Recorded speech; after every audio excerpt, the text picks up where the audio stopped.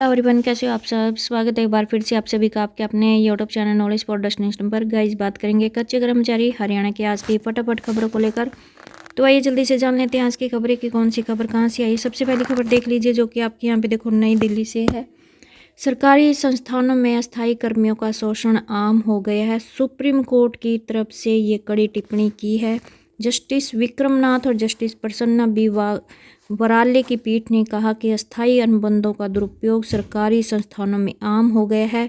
यह gig economy की हानिकारक प्रवृत्ति को दर्शाता है। सुप्रीम कोर्ट ने यह टिप्पणी गाजियाबाद नगर निगम के अस्थायी कर्मचारियों के मामले में सुनवाई के दौरान की है और कोर्ट ने आदेश दिए कि 4 सप्ताह के भीतर हटाए गए सभी कर्मियों को बहाल किया जाए।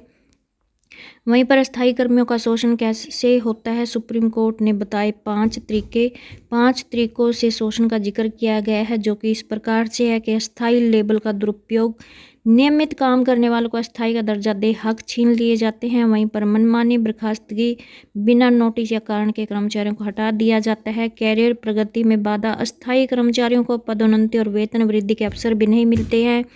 और वहीं पर आउटसोर्सिंग का सहारा, अस्थायी कर्मचारियों की जगह नए अस्थायी कर्मचारियों को लाया जाता है और वहीं पर बुनियादी अधिकारों से भी वंचित करके इन्हें पेंशन, भविष्य निधि और स्वास्थ्य बीमा जैसे लाभ नहीं दिए जाते हैं।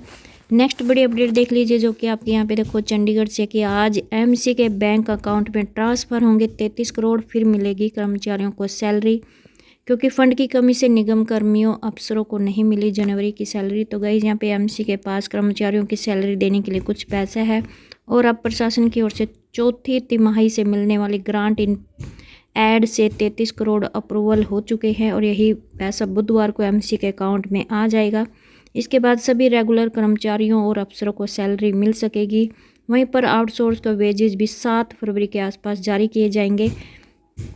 ये कहना है गुरेंद्र सिंह सोडी, ज्वाइंट कमिश्नर नगर निगम का। नेक्स्ट बड़ी अपडेट देख लीजिए जो कि आपके यहाँ पे देखो करनाल से है। 8वां वेतन आयोग लागू करवाने के लिए मांग को लेकर सर्व कर्मचारी संघ का प्रदर्शन और 15 व 16 फरवरी को कुरुक्षेत्र कैंप कार्यालय मुख्यमंत्री आवास पर 2 दिन धरना दिया जाएगा। गई सर्व कर्मचारी संघ हरियाणा के आह्वान पर पूरे प्रदेश में विधायकों को ज्ञापन के माध्यम से 8वां वेतन आयोग लागू करवाने के लिए मांग की जा रही है। और इसी कड़ी में करनाल के सेक्टर 13 में एकत्रित होकर सभी विभागों के कर्मचारियों ने करनाल विधायक को ज्ञापन सौंपने का काम है जो किया गया है। और ज्ञापन के माध्यम से इन्होंने कहा कि 8वें वेतन को लेकर हरियाणा का अलग से वेतन आयोग बनाने व अंतरिम राहत देने के लिए सर्व कर्मचारी संघ तमाम विधायकों को ज्ञापन सौंप रहा है। और इसके बाद 15 और 16 फरवरी को कुरुक्षेत्र कैंप कार्यालय मुख्यमंत्री आवास पर भी 2 दिन का धरना दिया जाएगा और इस धरने में करनाल से सैकड़ों कर्मचारी भाग लेंगे। और वहीं पर प्रदर्शन के माध्यम से पब्लिक हेल्थ में कार्यरत कौशल कर्मचारियों की मांगे भी उठाई गई है। और इसी प्रकार गए यहाँ पे सेवानिवृत्त कर्मचारियों ने भी अपनी मांगों को लेकर प्रदर्शन करके विधायक को ज्ञापन सौंपने का काम किया गया है।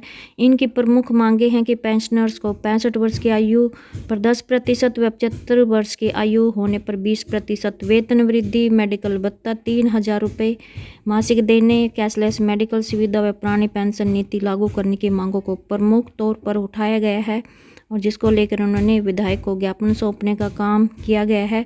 और वहीं पर प्रदेश में 15 फरवरी तक संघ का सदस्यता अभियान भी चलाया जाएगा और इस अभियान के जरिए ज़्यादा से ज़्यादा रिटायर्ड कर्मचारियों को जोड़ा जाएगा। इसी प्रकार आप देख सकते हो नगरपालिका कर्मचारियों ने भी यहाँ पे ऑनलाइन हाजिरी का विरोध जताया है और इस ऑनलाइन हाजिरी लगाने का विरोध करते हुए इनके दूसरे दिन भी नगर निगम कार्यालय के बाहर गेट मीटिंग इन्होंने की है और कर्मचारियों ने मांगों को लेकर जोरदार नारे लगाए। और ऐप के जरिए हाजिरी लगाना कर्मचारियों के लिए परेशानी का सबब बन गया है, ये कहना है नगर निगम कर्मचारियों का। और इनका कहना है कि सभी कर्मचारियों का वेतन बिल मैनुअली हाजिरी रजिस्टर द्वारा बनाए जाए, सफाई कर्मचारियों को जल्द से जल्द जूते सौंपे जाए, हाजिरी सेट बनाने की मांग को भी पूरा किया जाए। ये इनकी प्रमुख मांगे हैं जो कि इन्होंने यहाँ पे मांगों को लेकर गेट मीटिंग की है। नेक्स्ट बड़ी अपडेट देख सकते हो जो कि आपकी यहाँ पे देखो अम्बाला से है। नगर निगम में नागरिक सुविधा केंद्र के कर्मियों की हड़ताल। तो जी हाँ गाइज, यहाँ पे नगर निगम स्थित नागरिक सुविधा केंद्र के कर्मियों ने मंगलवार को हड़ताल कर दी गई है, जिसके कारण नगर निगम में विभिन्न कार्यों के लिए आने वाले उपभोक्ताओं को भारी परेशानी का सामना करना पड़ा है। और वहीं पर गाइस यहाँ पे इनका कहना है कि कर्मी बोले भूखे मरने की आई नौबत। तो हड़ताली कर्मियों ने कहा कि उन्हें पिछले 4 महीने से वेतन नहीं मिला है, जिसके कारण उनके परिवार के सामने भूखे मरने की नौबत आ चुकी है। और कर्मियों ने बताया कि ठेकेदार का कहना है कि नगर निगम से बिल पास नहीं हुए। हालांकि बताया जा रहा है कि ठेकेदार के बिलों पर ऑडिट ने ऑब्जेक्शन लगाया है, उन्हें ठेकेदार ने दूर नहीं किया, इसलिए बिल पास नहीं हुए हैं। नेक्स्ट बड़ी अपडेट जो कि आपकी चंडीगढ़ से है कि भाजपा ने महिलाओं, युवाओं, कौशल कर्मियों व किसानों को दिया धोखा। ये कहना है पूर्व सीएम भूपेंद्र सिंह हुड्डा का कि भाजपा सरकार के तमाम वादे हवाई ही साबित हुए हैं। चुनाव में किए किसी वादे को पूरा नहीं किया है। ना अब तक महिलाओं को 2100 रुपये महीना देने का काम किया गया है और ना ही 2 लाख युवाओं को नौकरी देने की प्रक्रिया शुरू की गई है और ना ही कौशल कर्मियों को पक्का किया गया है। उल्टा उन्हें पक्की नौकरी का झांसा देकर नौकरी से निकाला जा रहा है। भाजपा ने किसानों के साथ भी धोखा किया है। चुनाव से पहले उसने धान के किसानों को 3100 रुपये प्रति क्विंटल का रेट देने का वादा किया था। नेक्स्ट अपडेट गाइज यहाँ पे देखो, यमुनानगर से सिंचाई विभाग के कर्मियों को नौकरी पर वापस लेने की मांग को लेकर सीएम को भेजा मांग पत्र। जी हाँ गाइज, यहाँ पे सिंचाई विभाग से निकाले गए कर्मियों को नौकरी पर वापस लेने, हरियाणा कौशल रोजगार निगम पोर्टल पर वापस लेने की मांग को लेकर Haryana government PWD mechanical worker union ने मंगलवार को लघु सचिवालय पर प्रदर्शन करते हुए जिला परिषद के CEO वीरेंद्र के माध्यम से सीएम को मांग पत्र भेजा है। और उन्होंने सरकार से मांग की है कि सिंचाई विभाग से कौशल रोजगार निगम के पोर्टल पर अपलोड कर्मचारियों को वापस नौकरी पर लिया जाए। और 21 सूत्रीय मांग पत्र में जो मांगे भेजी जा रही हैं उनका समाधान भी है जो बातचीत के माध्यम से किया जाए। और सिंचाई विभाग से निकाले गए कर्मचारियों को वापस लिया जाए। 15 साल से कार्यरत कर्मियों को पक्का किया जाए। जन स्वास्थ्य अभियांत्रिकी विभाग में कार्यरत कर्मचारियों की सेवा नियम में शामिल किया जाए। 25,500 का ग्रेड पे दिया जाए। 2020 से 2023 की ब्लॉक LTC दी जाए। ये इनकी प्रमुख मांगे हैं जिनको लेकर इन्होंने मांग पत्र सौंपा है। नेक्स्ट अपडेट देख लीजिए जो कि आपकी महेंद्रगढ़ से है कि युवा बेरोजगारों को नहीं मिल रहा 100 दिन का काम। जिले में 9300 पंजीकृत काम 1% को भी नहीं। सक्षम युवा अब केवल सरकार की ओर से मिलने वाले भत्ते पर ही निर्भर। तो जी हाँ गाइज, यहाँ पे सरकार द्वारा वर्ष 2019 में शुरू की गई थी सक्षम युवा योजना। और सक्षम युवा योजना के माध्यम से बेरोजगार युवाओं को भत्ता और मानदेय प्रदान किया जाता है, जिसका उद्देश्य है युवाओं को कौशल प्रदान करके तथा अपनी पसंद के रोजगार के अवसर प्राप्त करने में सहायता प्राप्त करना है। परंतु महेंद्रगढ़ जिले में बीते कुछ समय से सक्षम योजना से जुड़े 9000 से अधिक युवाओं को काम नहीं मिलने से इनमें निराशा है और यही हाल सक्षम से जुड़े बेरोजगारों का भी पूरे प्रदेश में है। वर्तमान में सक्षम के तहत कुल पंजीकृत बेरोजगारों में 10% बेरोजगार को ही काम मिल रहा है। ऐसे में वे केवल सरकार के भत्ते पर ही संतोष करने पर मजबूर हैं। युवा बेरोजगार ने सक्षम योजना के बेरोजगारों का भत्ता बढ़ाने व 100 घंटे का काम दिलवाने की मांग है जो उठाई गई है। और वहीं पर इनका कहना है कि कार्ड रेवेन्यू करवाते करवाते ओवर एज हो गई हैं, लेकिन पंजीकृत बेरोजगारों पर कोई भी ध्यान है जो वो नहीं दिया जा रहा है। बहुत से बेरोजगार रोजगार कार्यालय में, वहीं पर इनका कहना है कि कार्ड रेवेन्यू करवाते करवाते ओवर एज हो गए। सक्षम योजना से जुड़े बेरोजगारों ने कहा कि सरकार रोजगार कार्यालय में पंजीकृत बेरोजगारों पर कोई ध्यान नहीं दे रही है। बहुत से बेरोजगार हैं जो रोजगार कार्यालय में कार्ड रेवेन्यू करवाते करवाते ओवर एज में पहुंच गए हैं।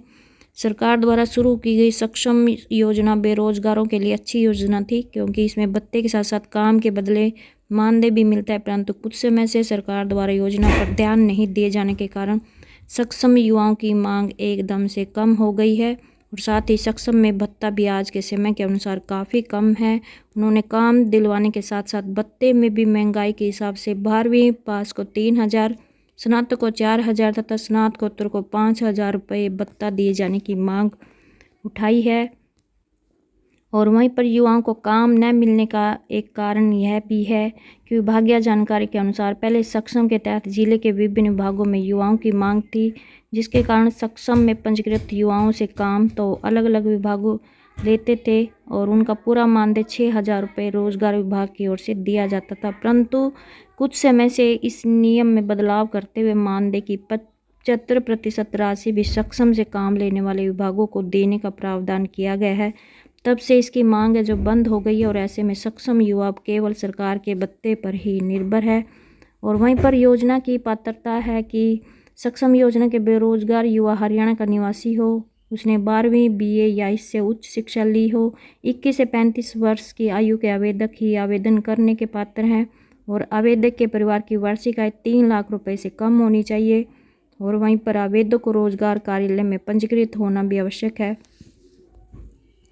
परंतु इसके लिए पंजीकरण की पुरानी सीनियोरिटी आवश्यक नहीं है। सरकार सक्षम में 12वीं कक्षा के पंजीकृत युवाओं को 900, स्नातक को 1500 और स्नातकोत्तर को 3,000 रुपये प्रति माह भत्ता मिलता है और हर माह 100 घंटे काम के बदले 6,000 रुपये मानदेय भी दिया जाता है। और वहीं पर कुछ समय में सक्षम युवाओं को विभिन्न विभागों में ना के बराबर ही काम मिला है। सहायक रोजगार अधिकारी का कहना है। जितेंद्र कुमार, सहायक रोजगार अधिकारी, नारनौल, महेंद्रगढ़ का। तो नेक्स्ट अपडेट देख लीजिए, जो कि आपके यहाँ पे देखो जजर्सिया की सेशन कोर्ट में प्रोसेसर और चपरासी के 13 पदों के लिए, मात्र 13 पदों के लिए गई यहाँ पे 7,992 आवेदन आए हैं और संस्कार शुरू हो चुका है, जिसमें से यहाँ पे 376 आवेदन अस्वीकार हो चुके हैं और चयनित उम्मीदवारों को मिलेगा 16,900 रुपये। तो गाइस यहाँ पे देख सकते हो बेरोजगारी का कितना बुरा आलम है कि मात्र 13 पदों के लिए 8,000 ने यहाँ पे आवेदन किया है और पिछली बार चपरासी और प्रोसेस सर्वर के 21 पदों के लिए यहाँ पे 13,047 ने आवेदन किया था। और इनके गाइस यहाँ पे सख्तकार है जो शुरू हो चुके हैं। सख्तकार है जो वो 3 से 10 फरवरी तक आपके चपरासी पद के सख्तकार होंगे और जबकि प्रोसेस सर्वर के सख्तकार 11 व 13 फरवरी को होंगे। सख्तकार के बाद गाइस यहाँ पे चयनित उम्मीदवारों का परिणाम पंजाब हरियाणा हाईकोर्ट के अंतिम निर्णय होने के बाद वेबसाइट पर अपलोड है जो कर दिए जाएंगे। यहाँ पे आप देख सकते हो कि इस बार चपरासी के 6586 और प्रोसेस सर्वर पर 1,406 पद के लिए आवेदन, जबकि यहाँ पे पिछली बार प्रोसेस सर्वर और चपरासी के 21 पदों पर 13,047 आवेदन आए थे। यहाँ पे देखो कैथल गुला चिका से है कि मनरेगा मजदूरों को डिमांड के अनुसार नहीं मिल रहा है काम। तो गाइस यहाँ पे मनरेगा मजदूर यूनियन के ब्लॉक गुला व सीवन इकाइयों का संयुक्त सम्मेलन संपन्न हुआ है और इनका कहना है कि दोनों ब्लॉकों में मनरेगा मजदूरों को डिमांड के अनुसार काम नहीं मिल रहा और काम नहीं दिए जाने पर बेरोजगारी भत्ता भी नहीं दिया जाता है। तो यूनियन मनरेगा में भ्रष्टाचार मचाने वाले कुछ भ्रष्ट मैटो व जेई आदि के खिलाफ संघर्ष कर रही है और जांच में भ्रष्ट पाए गए 3 मैटो को हटाया गया है व 4 जेई को सस्पेंड कर दिया गया है। यूनियन द्वारा मनरेगा में भ्रष्टाचार के खिलाफ संघर्ष के कारण भ्रष्टाचार मचाने वाले बखलोई हुए हैं। तो ये थी आज की छोटी बड़ी अपडेट। आई होप आपको ये वीडियो अच्छी लगी। प्लीज़ चैनल को सब्सक्राइब और वीडियो को लाइक कमेंट शेयर करना ना भूले। धन्यवाद।